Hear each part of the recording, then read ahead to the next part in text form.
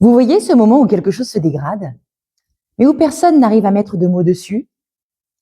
Les signaux sont souvent les mêmes. Un bon élément qui devient plus discret, une énergie qui baisse sans crise ouverte, des managers qui passent leur temps à gérer de l'humain au lieu de gérer du business, et vous qui avez la sensation que ça tourne, mais pas dans le bon sens. Et jusqu'au jour où vous recevez ce message qui dit « Je pars ». Et là, le vrai problème, ce n'est pas qu'une question de recrutement. C'est aussi tous les coûts invisibles.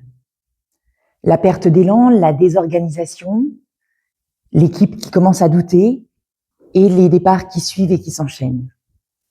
Aujourd'hui, je vous propose d'ouvrir une piste concrète pour réduire le turnover en travaillant directement à la source. Et cette source, bien souvent, se trouve dans la façon dont le dirigeant pilote quand la pression commence à monter. Les priorités deviennent plus floues, les décisions sont beaucoup moins claires, la délégation devient plus difficile, et finalement, c'est tout le cadre qui finit par perdre en stabilité. Et c'est là que le coaching de dirigeant devient un levier puissant, sans que beaucoup de chefs d'entreprise pensent à l'activer. Un départ, ce n'est pas seulement remplacer quelqu'un. Derrière, il faut penser recrutement, formation, intégration, baisse de productivité, perte de savoir. En France, selon des études sectorielles, un remplacement peut coûter plusieurs mois de salaire, voire davantage sur un profil cadre. Quand la pression monte, quelque chose se dérègle sans même que vous en rendiez compte. Le contrôle augmente, les priorités deviennent floues, les décisions traînent, et au milieu de tout ça, vous avez des managers qui absorbent une tension qui n'est jamais réglée, et petit à petit, s'installe l'épuisement sans qu'on s'en rende compte.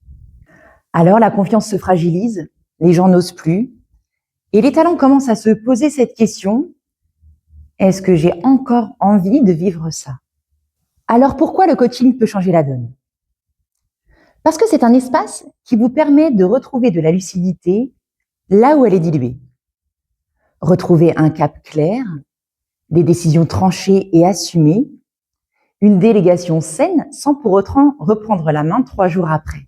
Il vous redonne la capacité de tenir un cadre exigeant tout en maintenant la bienveillance et sans abîmer les personnes qui le portent.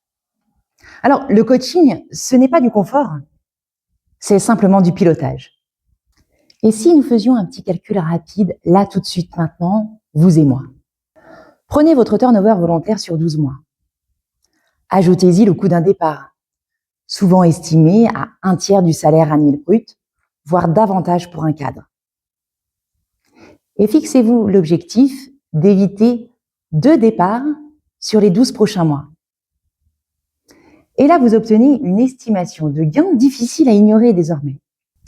Il suffit finalement de quelques départs évités pour que le coaching devienne un réel investissement. Maintenant que vous avez la méthode pour calculer le coût du turnover dans votre organisation, ne vous contentez pas d'en traiter que les symptômes. Posez-vous cette question simple. Qu'est-ce que mon pilotage produit au quotidien dans mon entreprise? Alors, si dans votre entreprise, le turnover est un vrai sujet, mais vous ne savez plus quoi faire pour éviter les fuites, alors contactez-moi, parlons-en et voyons comment les choses peuvent évoluer. En attendant, n'oubliez pas que Deep Impact, c'est l'impulsion de la réussite à la hauteur de vos ambitions.